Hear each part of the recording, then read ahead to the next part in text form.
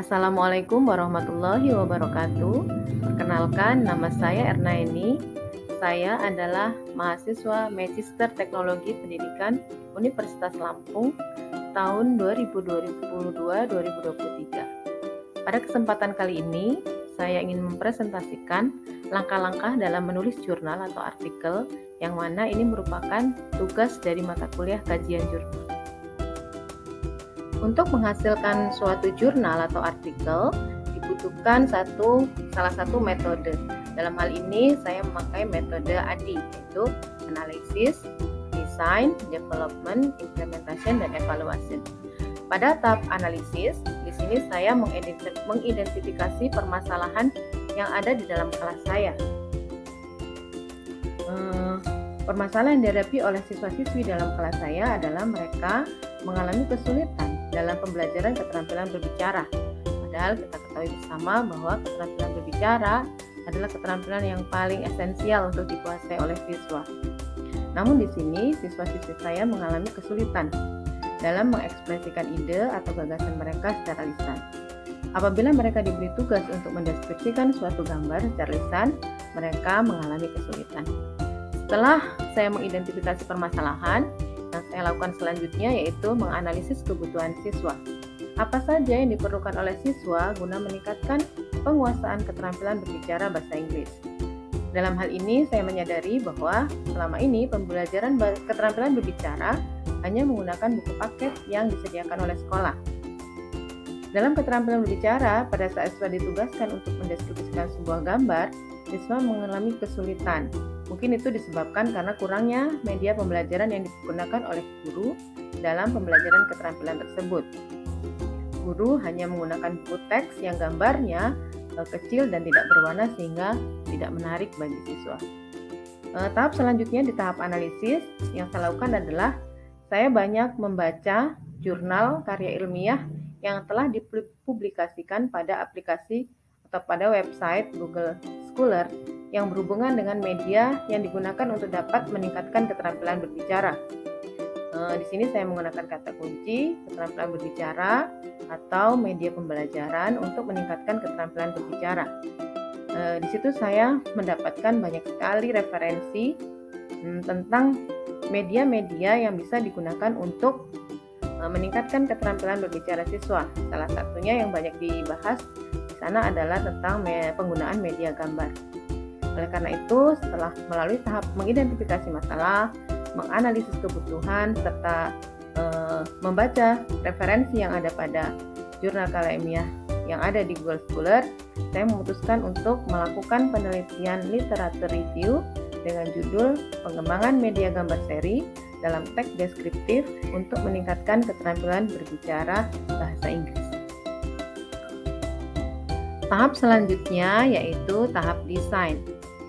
Pada tahap ini yang saya lakukan adalah yang pertama, mengumpulkan sebanyak mungkin referensi terkait dengan jurnal yang akan saya buat dengan cara mencari jurnal-jurnal terkait keterampilan berbicara, kemudian pengembangan media gambar seri atau teks deskriptif pada link jurnal Sinta ataupun Google Scholar.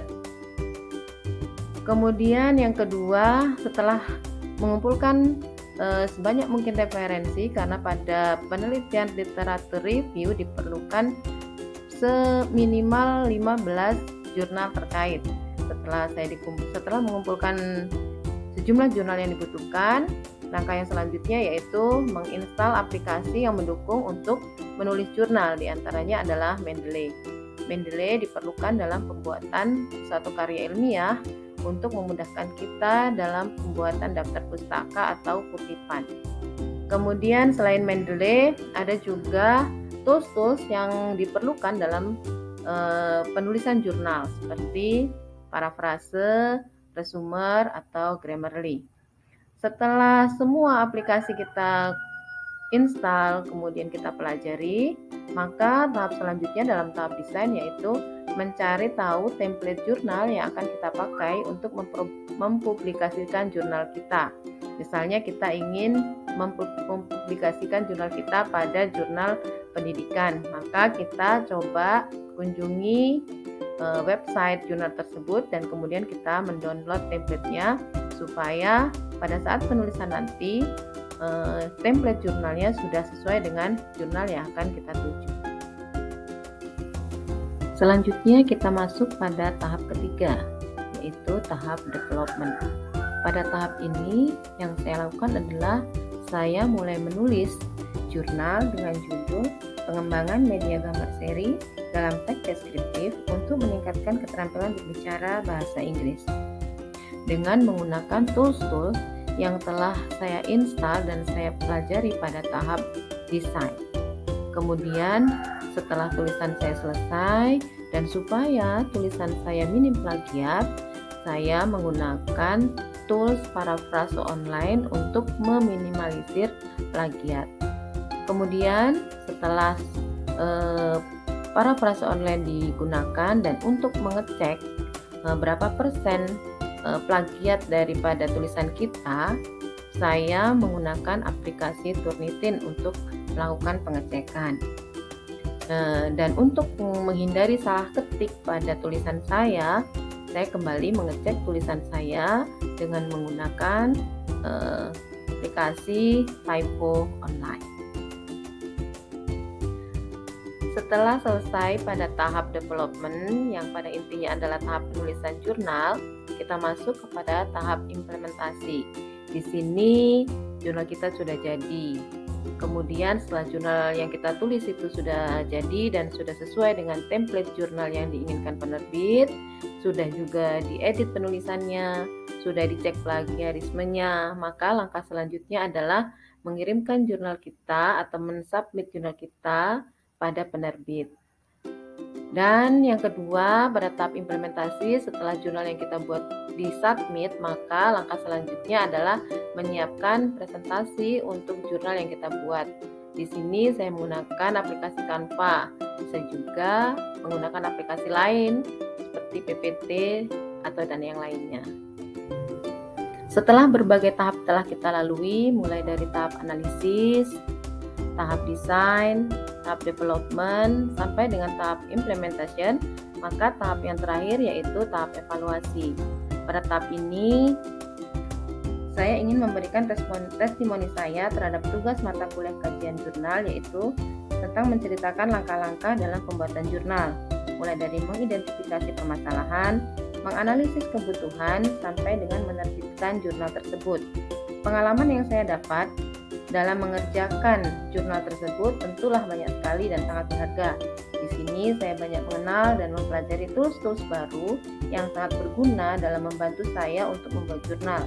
Yang tadinya saya pikir membuat resume itu sulit, dengan bantuan aplikasi Resumer semua jadi mudah. Yang tadinya saya membuat daftar pustaka dengan menggunakan secara manual, setelah mengenal dan menginstal aplikasi Mendeley, membuat dapus dan kutipan menjadi terasa mudah. Dan juga saya menggunakan tools-tools lain untuk mengecek grammar dan mengecek kesalahan dengan menggunakan typograph. Kemudian di tahap evaluasi ini ada nilai positif yang saya dapatkan adalah saya jadi mengetahui banyak hal terkait pembuatan jurnal, cara pengetikan, serta tools-tools yang sangat membantu dan sangat bermanfaat untuk kita ketahui, dan banyak lagi ilmu-ilmu baru yang sangat bermanfaat untuk saya terapkan dalam kehidupan dunia kerja saya sehari-hari. Untuk nilai negatif, hampir tidak ada nilai negatif dalam tugas ini. Namun berhubung saya termasuk kategori mahasiswa produk lama, maka saya merasa ngos-ngosan dalam menjelaskan langkah untuk bisa menyamai rekan-rekan mahasiswa lain yang tergolong masih fresh graduate. Namun itu tidak menjadi halangan dan malah menjadi sebuah tantangan buat diri saya untuk bisa menyamakan diri dengan mereka yang masih muda, kreatif, dan inovatif. Baiklah, demikian tadi presentasi saya tentang langkah-langkah membuat jurnal atau artikel ilmiah. Semoga bisa bermanfaat dan saya ucapkan terima kasih. Assalamualaikum warahmatullahi wabarakatuh.